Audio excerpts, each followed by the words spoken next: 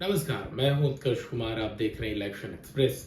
Election express का आज का ये स्पेशल सेगमेंट हमेशा की तरह, रोज की तरह डेली न्यूज का जो डोज रहता है उसमें एमएनए कर रहे हैं हम। मेन न्यूज एनालिसिस करने से आप पहले आपसे एक दरख्वास्त, इस चैनल को लाइक करें, शेयर करें, कमेंट करें और सब्सक्राइब करना ना भूलें। नीचे जो एक बटन रहती है सब्सक्राइब की, उसे टच करते हैं। मैं आपका होस्ट उत्कर्ष कुमार। बढ़ते हैं पहली खबर की और खबर बिहार से ही है, क्योंकि बिहार में विधानसभा चुनाव भी होने वाला है और सबसे गर्म प्रदेश भी फिलहाल है। बिहार में मामला यह हो गया है कि राहुल गांधी की वोटर अधिकार यात्रा शुरू होकर अपने चरम पर है और इस दौरान आज राहुल गांधी की वोटर अधिकार यात्रा बेतिया, सारण होते हुए सिवान तक पहुंच गई। इस बीच आपको बता दें कि चूंकि ये सारे लोकसभा क्षेत्र या जिला जो है वो उत्तर प्रदेश और बिहार की सीमा से सटे हैं, इस कारण आज के खास मेहमान बनाए गए उत्तर प्रदेश के पूर्व मुख्यमंत्री और साथ ही साथ समाजवादी पार्टी के मुखिया सर्वेसर्वा अध्यक्ष अखिलेश यादव। जी हाँ, सही सुन रहे हैं आप। आज राहुल गांधी के वोटर अधिकार यात्रा में गाड़ी पर आगे की सीट पर ड्राइवर के बराबर बैठे हुए खड़े थे राहुल गांधी।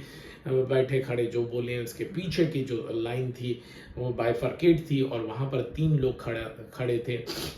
तेजस्वी यादव हमेशा की तरफ दाहिने साइड कोने पे, बीच में भी एक नया गेस्ट था और लेफ्ट साइड भी एक नया गेस्ट था। लेफ्ट साइड जो गेस्ट था वो यूपी के पूर्व मुख्यमंत्री डिम्पल यादव के पति और कन्नौज से समाजवादी पार्टी के सांसद और पूर्व में उत्तर प्रदेश के मुख्यमंत्री और सदन के विपक्ष के नेता रह चुके उत्तर प्रदेश विधानसभा में विपक्ष के नेता रह चुके अखिलेश यादव थे।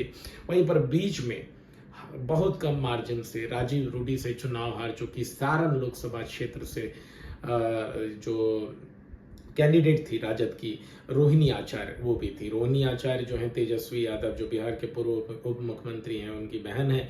आपको बता दें इससे कुछ दिन पहले ही बुलेट पर जो है और फिर गाड़ी पर प्रियंका गांधी देखी गई थी, राहुल गांधी की बहन है। और अब वोटर अधिकार यात्रा में तेजस्वी यादव ने भी अपनी बहन की एंट्री कर ली है और रोहिणी आचार्य जो है वो गाड़ी पर मौजूद दिखी। माहौल जो है काफी दिलचस्प दिखा, भीड़ वैसी ही थी, लोगों में जोश खरोश वैसा ही था।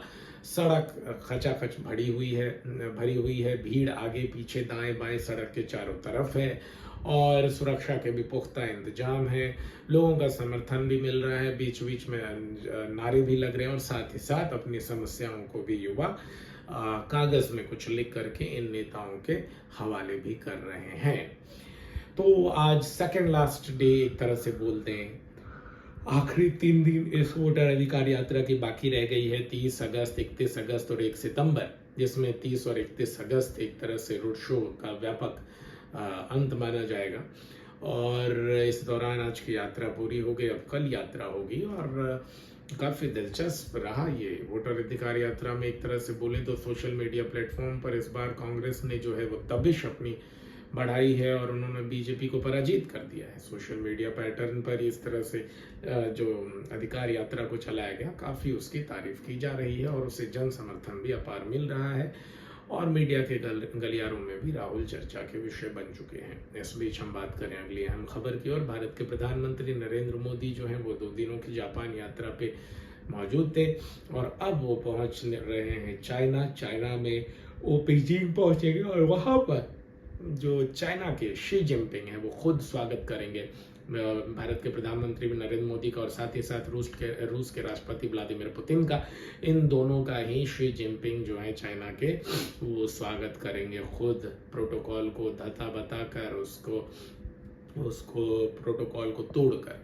वहीं आपको बता दें कि एससीओ समिट में 10 मेन नेशंस तो हिस्सा लेंगे। 10 से ज़्यादा कंट्रीज को इसमें एज अ गेस्ट भी बुलाया गया है, तो 20 से ज़्यादा देशों के प्रतिनिधियों के राष्ट्राध्यक्षों के यहाँ पर उपस्थित होने के आसार जताए जा रहे हैं। 2 दिनों तक भारत के पीएम मोदी जापान में थे, टोक्यो में थे, पीएम के साथ थे जापान के।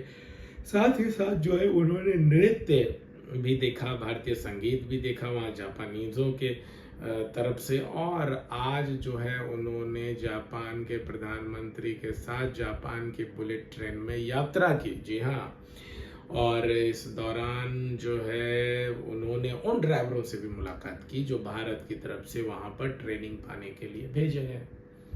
रंगारंग कार्यक्रम रहा, ठीक ठाक 2 दिन बीत गए। अब चाइना में एससीओ समिट में मोदी क्या भाषण देंगे, शी जिनपिंग कैसे उनका स्वागत करेंगे, और RIC राइस जो है, R for Russia, I for India, C for China, ये तीनों मिलकर किस तरह से एक तमाचा अमेरिका के गाल पर मारेंगे, ये देखना दिलचस्प होगा। अमेरिका से याद आया कि अमेरिका में जो है एक बार फिर डोनाल्ड ट्रंप को झटका लग गया है, पहले लोअर कोर्ट के द्वारा और अब फेडरल कोर्ट के द्वारा, जो कि America United states of America की फेडरल कोर्ट है, उसने भी अपने जो है फैसले में ये स्पष्ट कर दिया है कि किसी भी देश पर अमेरिका के राष्ट्रपति डोनाल्ड ट्रंप या अमेरिका द्वारा लगाया गया टैरिफ, ये रेसिप्रोकल टैरिफ, ये असंवैधानिक है, अनैतिक है, इनवैलिड है, तो इसे तुरंत निरस्त कर दिया जाए। हालांकि इसके तुरंत बाद डोनाल्ड ट्रंप का भी ये बयान आ गया, जिन्होंने कहा कि वो अपने देश के किसानों और बाकी लोगों के हित का ख्याल रखना चाह रहे हैं।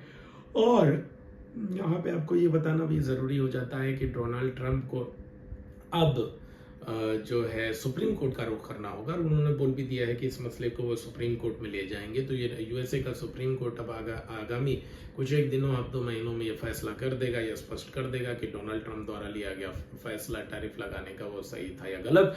लोअर कोर्ट में डोनाल्ड ट्रंप को हार मिली है, फेडरल कोर्ट में डोनाल्ड ट्रंप को हार मिली है, और अब सुप्रीम कोर्ट में भी आसार जताए जा रहे हैं कि डोनाल्ड ट्रंप को हार ही नसीब होगी। इस बीच आपको बता दें कि फेडरल जो कोर्ट है उसमें 11 जजों की बेंच बैठी थी, जिसमें से 7 जजों ने जो है वो डोनाल्ड ट्रंप और उसकी सरकार की इस नीति, टैरिफ लगाने की नीति के खिलाफ वो निर्णय सुनाया, वहीं 4 ट्रंप के साथ दिखे। तो इस तरह से 3-0 की स्पष्ट लीड मिल गई, 7-4 से जो है वो ट्रंप हार गए, और सुप्रीम कोर्ट में ये मसला और दिलचस्प होने वाला है।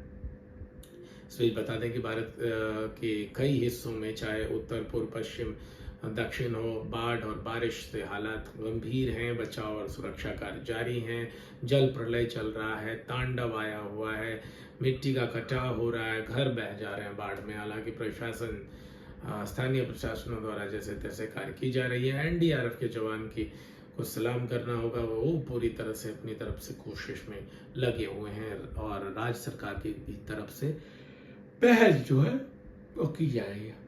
बाकी इलेक्शन एक्सप्रेस को आप सब्सक्राइब करें। मैं आपका होस्ट उत्कर्ष कुमार, और आप लाइक, शेयर और कमेंट करना भी ना भूलें, और इसे शेयर करें जितना मुनासिब समझें। धन्यवाद, अपना ख्याल रखिए।